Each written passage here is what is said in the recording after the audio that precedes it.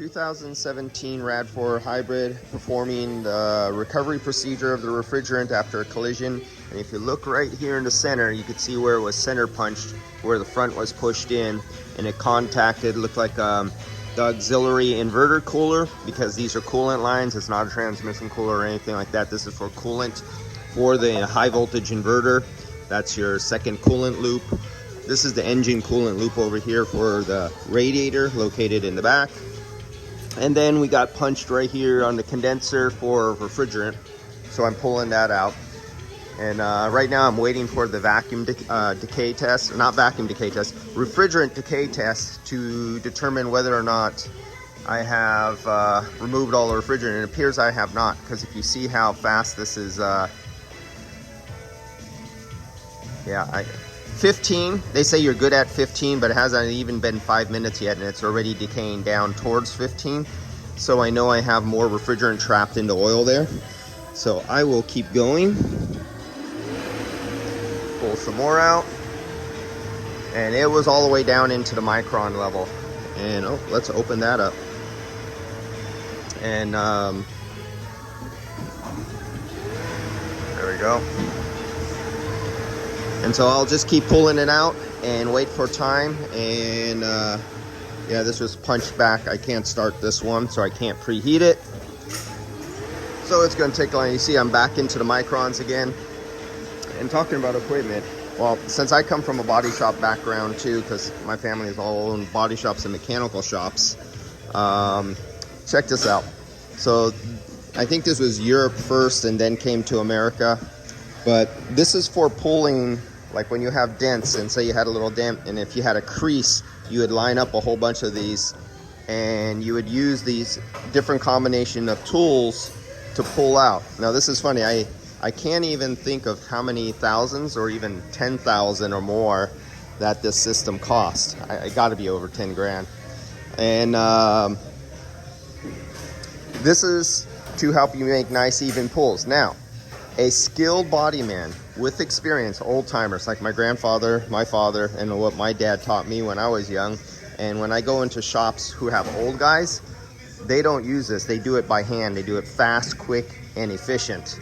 And as nice or nicer than this, but that's because they have years of skill. And they were taught by technicians with years of skill. But if there's one thing you've noticed in automotive, in both mechanical and body shops, is they're drifting over to these tools so they could use cheaper and less experienced technicians to try to achieve the work and proficiency of an older, more experienced technician. And this is all throughout the industry, automotive, everything. Alignment machines is a good result of that, a good example of that.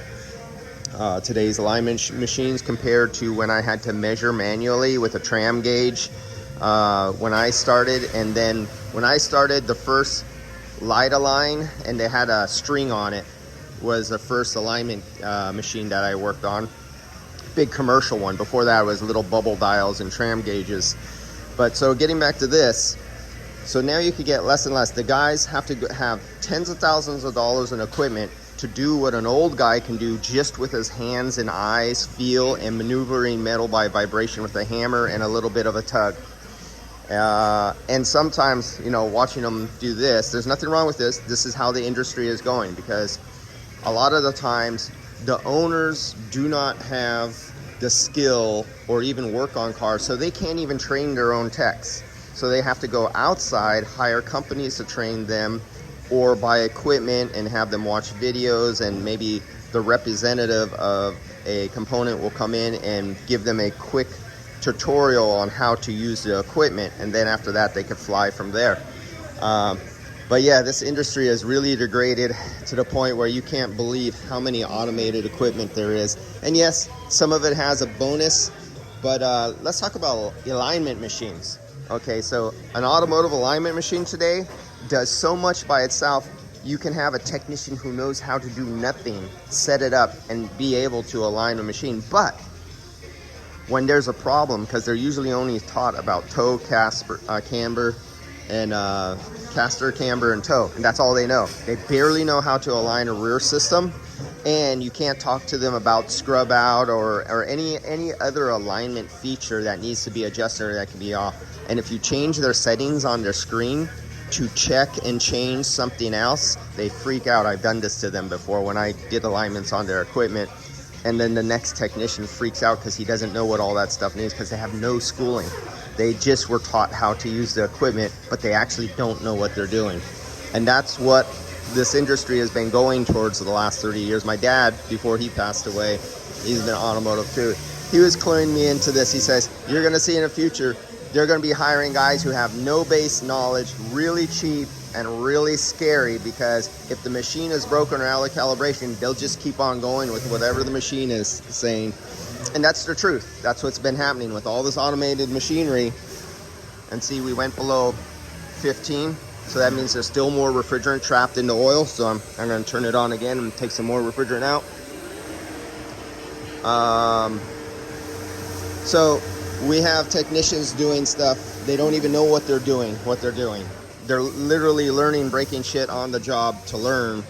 And a lot of owners of shops lost their most senior technicians who just got fed up, you know, kind of like, you know, so much after so many years, you won't even put up with your boss's own BS. I mean, your boss doesn't know he's giving you a bunch of trouble if you're a more senior tech, or he thinks he doesn't, or he doesn't care, and he loses that guy, and then he's sorry, and then he loses the next guy, and then he's sorry, and then later, usually not right away, later he finds out, oh shit, I do need guys like that, and they do know what they're talking about.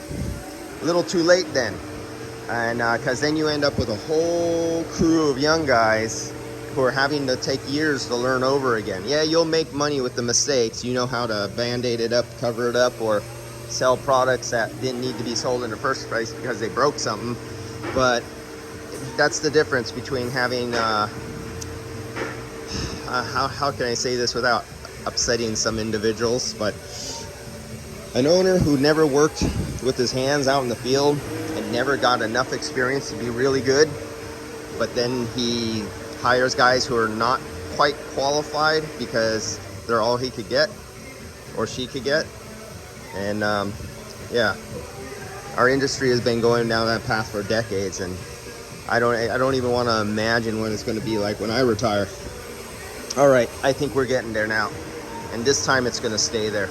We're into the microns, and you see how long this is taking. Let's see, I'm 7 minutes into this video, going into 8 minutes, and I already had this machine going all the way down to the micron level when I started this video. It was already running for 15 minutes, so that is, that's it. I just turned off the vacuum there, watched the decay a little bit more, but this time it looks like the decay is going to barely move.